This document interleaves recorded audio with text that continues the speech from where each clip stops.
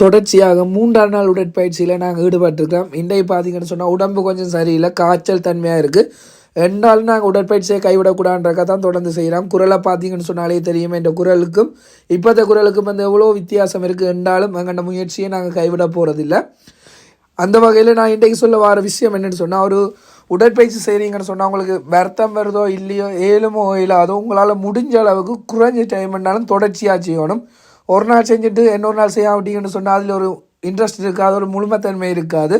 அது மட்டும் இல்லாமல் உடற்பயிற்சி செய்ய உங்களோட உடலில் வலி வருதுன்னு சொன்னால் நீங்கள் உங்களோட உடம்பின் இசைவாக்கத்துக்கு ஏற்ற மாதிரி குறைஞ்ச அளவிலேருந்து அதிகரித்து கொண்டு போகணும் உங்களோட உடற்பயிற்சியை.